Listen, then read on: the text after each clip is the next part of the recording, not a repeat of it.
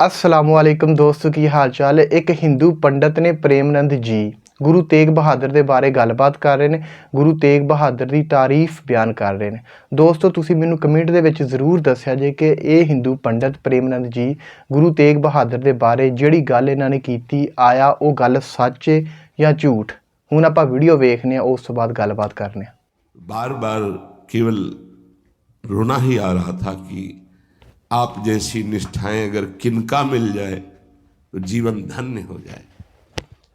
कल गुरुदेव तेग बहादुर सिंह जी महाराज का पावन चरित्र एकदम भाव में आया पढ़ रहे थे।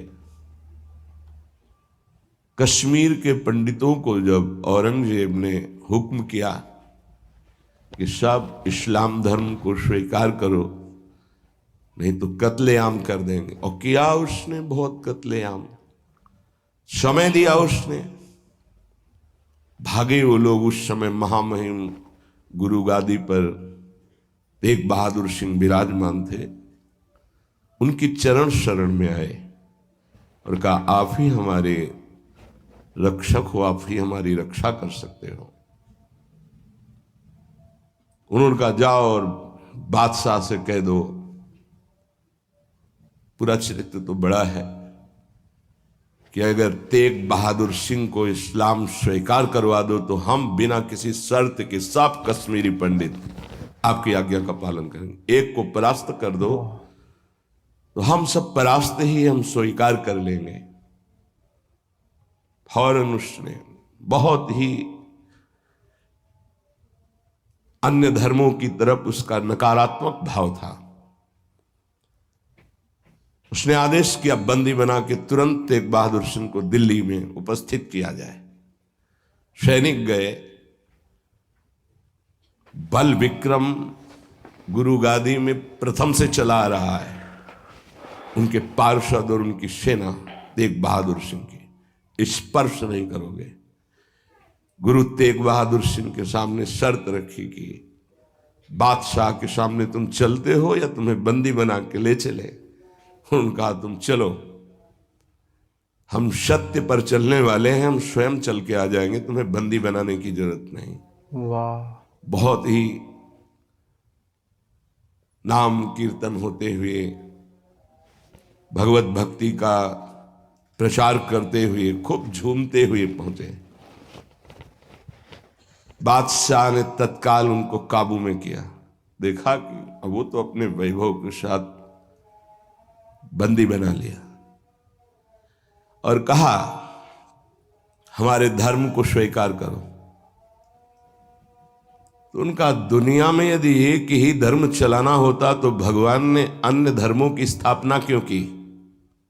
इसका मतलब है अपनी अपनी जगह अपने धर्म का पालन करना परम कर्तव्य है। तो तुम अपने धर्म में मुझे कैसे बदल सकते हो? तुम्हारी सामर्थ्य नहीं है। सही, बड़ी सही। कष्टप्रद परिस्थिति प्रकट की उसने। बहुत ही क्रूर कर्मी, एक नहीं बहुत महापुरुषों को, बहुत महापुरुषों को बहुत प्रकार से दंड दिया है इसने। एक लोहे के पिंजड़े में तेग बहादुर सिंह को बंद कर दिया। सैनिकों को, उसके पास अपार सैन्य बल था, तत्काल बंदी बना लिया गया। बहुत दिन तक उनको प्रताड़ित किया गया लोहे के पिंजड़े में, बहुत तरह से। हर बार वो उनसे जब पूछते अगर आप स्वीकार करें तो जो पद कहे, मैं अपने राज्य का बादशाह था और मैं दे सकता हूं, अगर नहीं स्वीकार करते तो परिणाम तुम्हें भयंकर भोगना होगा। तो उन्होंने हंसते हुए कहा कि प्रभु ने जिस धर्म में मुझे स्थापित किया है, तेरी सामर्थ्य क्या है? कड़वे ही शब्दों से, तेरी सामर्थ्य क्या है कि मुझे परास्त कर सके? और उस समय उन्होंने पद गाया, भाई मैं धनु पाइयो हरि नाम, मन मेरो धावन ते छूटियो, करी बैठो विश्राम। भाई मैं धन पाइयो हरि नाम। माया ममता तन ते भागी, उपज्यो निर्मल ज्ञान। लोभ मोह यही परसि न साकै, गही भगति भगवान। भाई मैं धन पाइयो हरि नाम। देखो, भीषण प्रताड़ना, कष्ट, मृत्यु भय उपस्थित, और वो गा रहे कि हे भाई मैंने हरिनाम रूपी परम धन पाया है। मन मेरो धावन्ते छूटियो, अब मेरा मन कहीं भाग कर नहीं जाता, दौड़ भाग खत्म हो चुकी है। करी बैठो विश्राम, अब तो नाम में विश्राम पा गया है। वाह। इस तन को पीड़ा पहुंचाई जा सकती, पर मेरा अब इस तन से कोई संबंध नहीं है, क्योंकि माया भाग गई है नाम के प्रभाव से। तन से कोई ममता नहीं रह गई। उपजियो निर्मल ज्ञान, इसी नाम के प्रभाव से निर्मल ज्ञान का प्रादुर्भाव हुआ है। लोभ मोह यही परसि न साकै, गही भगति भगवान। कोई भी तुम प्रलोभन दो, हम मेरे मन को नहीं लुभायमान कर सकता, और कोई भी भय दो तो अब मेरे शरीर का मोह नहीं, क्योंकि मेरे हृदय में भगवान की भक्ति जागृत हो गई है। जन्म जन्म का संसार चूका, रतन नाम जब पाइया। तृष्णा सकल विनाशी, मनते निज सुख माहि समाइया। जन्म जन्म हो गए भटकते हुए, अब कोई संशय नहीं रहा। मुझे नाम रूपी रतन मिल गया, सब संशय खत्म हो चुके हैं। जीने की भी तृष्णा खत्म हो चुकी है, सकल वासना नष्ट हो चुकी है। मेरा मन निज सुख में समा गया है। जाको होत दयालु कृपा निधि, सो गोविंद गुण गावे। कहु नानक इह विधि को संपे, को गुरुमुखी पावे। कह रहे, जिस पर भगवान दयालु होता है, कृपा निधि होता है, वही भगवान के नाम गुण को गा पाता है। नानक साहब कहते हैं, अब कोई संशय नहीं, कोई इच्छा नहीं, क्योंकि गुरु को समर्पित हो गया और गुरु मुख से नाम पा गया। ये बहुत बड़ी उपलब्धि है। अब इसका परिवर्तन नहीं हो सकता। कोई संशय नहीं रहा, कोई मोह ममता नहीं रही। हमारे हृदय में नाम विराजमान है। मेरा मन सुख सिंधु में समा गया है। हरि के नाम बिना दुख पावे, भगति बिना सहसा नहीं चूके। गुरु यह भेद बतावे, हरि के नाम बिना दुख पावे। अगर गुरुदेव का आश्रय नहीं हुआ, गुरुमुख से नाम नहीं मिला, तो हृदय में भक्ति नहीं आएगी। भक्ति नहीं आई तो जीवन व्यर्थ चला जाएगा। जिसकी जिह्वा पे नाम नहीं है उसी को दुख व्यापता है। जिसकी जिह्वा पे नाम है उसको कभी दुख स्पर्श कर ही नहीं सकता। कहा भय तीरथ व्रत किए, नाम शरण नहीं आवे। जोग यज्ञ निफल तिह मानो, जो प्रभु जस बिसरावे। क्या हुआ? आपने तीर्थ कर लिया, तपस्या कर लिया, दान कर लिया, लेकिन तुम नाम की शरण में नहीं हुए। नाम नहीं जप किया, भगवान के यश नहीं गाए, तो जोग यज्ञ तीर्थ याटन सब बेकार हो गया। मान मोह दोनों को परिहरी, गोविंद के गुण गावे। कहु नानक विधि को प्राणी, जीवन मुकुट कहावे। जो निरंतर नाम जप करता है, भगवान का यश गाता है, नानक साहब कहते हैं वो जीवन मुक्त महापुरुष होता है।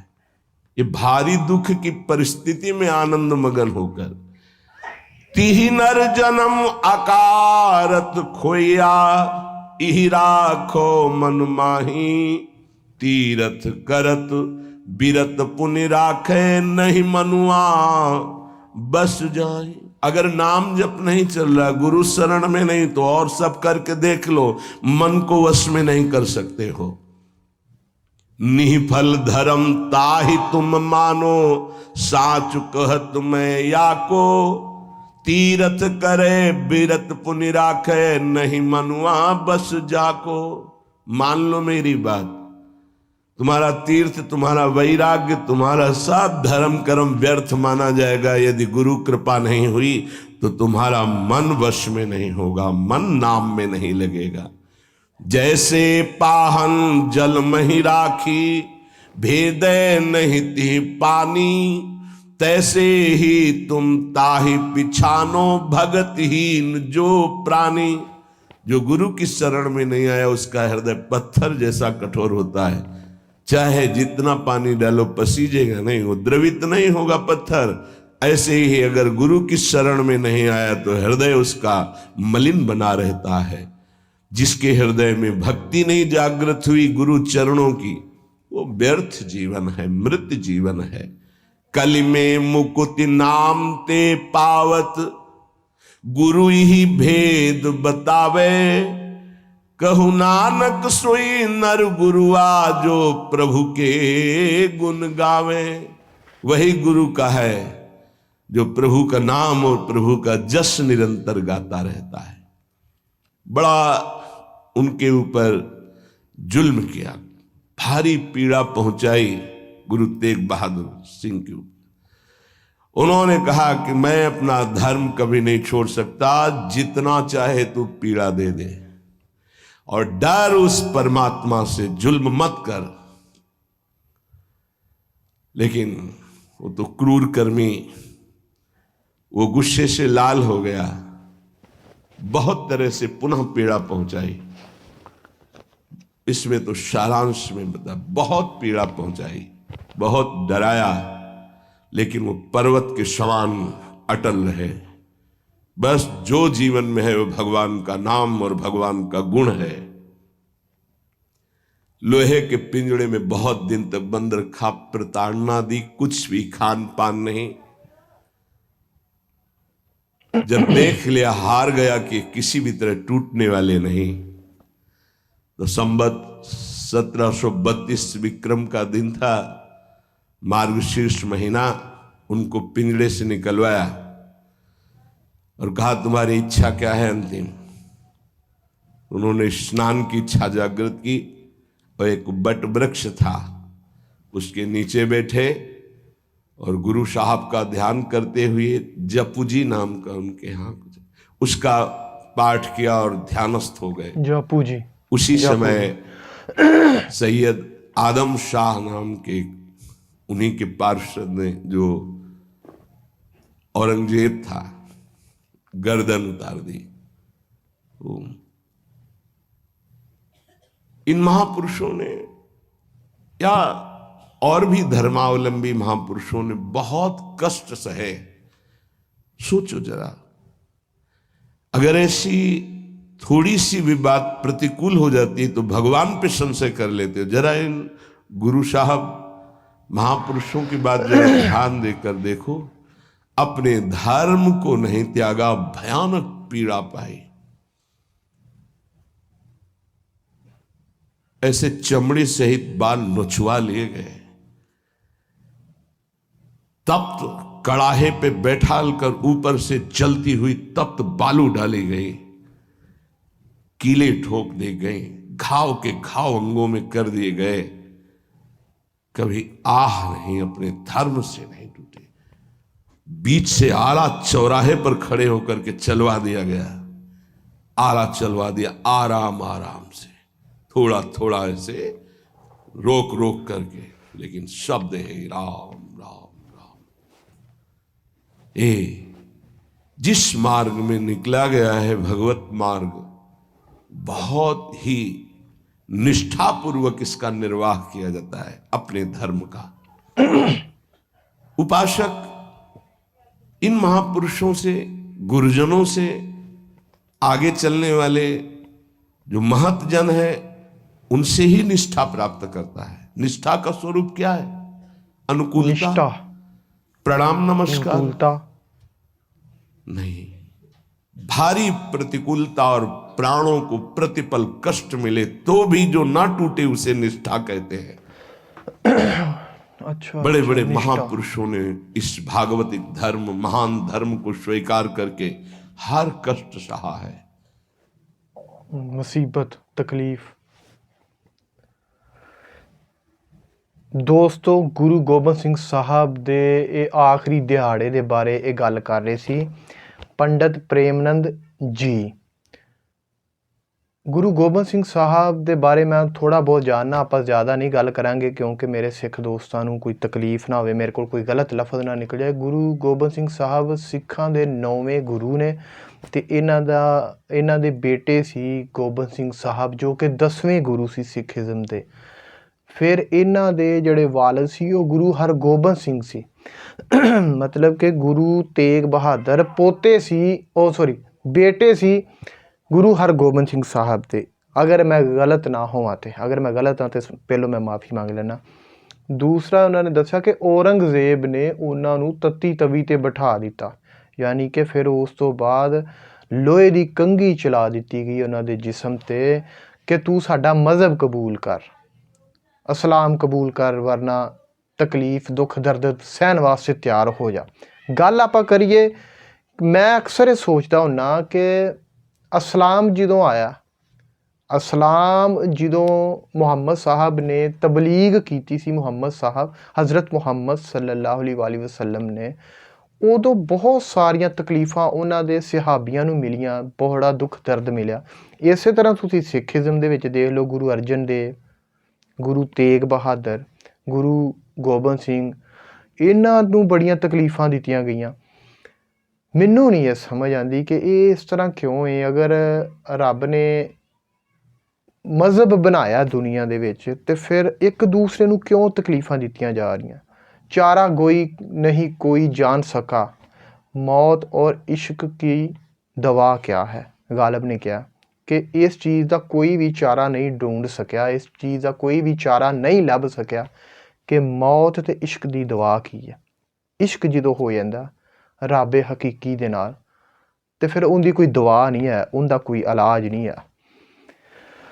ਹੁਣ ਮੈਂ ਇੱਕ ਹੋਰ ਤੁਹਾਨੂੰ ਅਗਰ ਗੱਲ ਦੱਸਾਂ ਕਿ ਇੰਨੀ ਜ਼ਿਆਦਾ ਤਕਲੀਫ ਉਹਨਾਂ ਨੂੰ ਦਿੱਤੀ ਗਈ, ਪਿੱਛੇ ਵਜ੍ਹਾ ਕੀ ਸੀ? ਜਦਕਿ ਇਸਲਾਮ ਮਜ਼ਹਬ ਐਸਾ ਹੈ, ਉਹ ਤਾਂ ਇਸ ਤਰ੍ਹਾਂ ਦੀ ਇਜਾਜ਼ਤ ਹੀ ਨਹੀਂ ਦਿੰਦਾ ਕਿ ਕਿਸੇ ਨੂੰ ਤੁਸੀਂ ਸਖਤੀ ਦੇ ਨਾਲ, ਤੁਸੀਂ ਕਿਸੇ ਨੂੰ ਤਲਵਾਰ ਦੇ ਜ਼ੋਰ 'ਤੇ ਇਸਲਾਮ ਕਬੂਲ ਕਰਾ ਸਕੋ। ਲਾ ਇਕਰਾਹਾ ਫਿ ਦੀਨ, ਇਸਲਾਮ ਦੇ ਵਿੱਚ, ਦੀਨ ਦੇ ਵਿੱਚ ਕੋਈ ਜ਼ੋਰ, ਕੋਈ ਜ਼ਬਰਦਸਤੀ ਨਹੀਂ। ਜਿਹੜਾ ਜਿੱਥੇ ਲੱਗਾ ਉਹ ਠੀਕ ਹੈ, ਅਗਰ ਉਹਨੂੰ ਤੁਸੀਂ ਆਪਣੇ ਅਖਲਾਕ ਦੇ ਨਾਲ ਆਪਣੇ ਧਰਮ ਦੇ ਵਿੱਚ ਲਿਆ ਸਕਦੇ ਹੋ ਤਾਂ ਠੀਕ ਹੈ, ਵਰਨਾ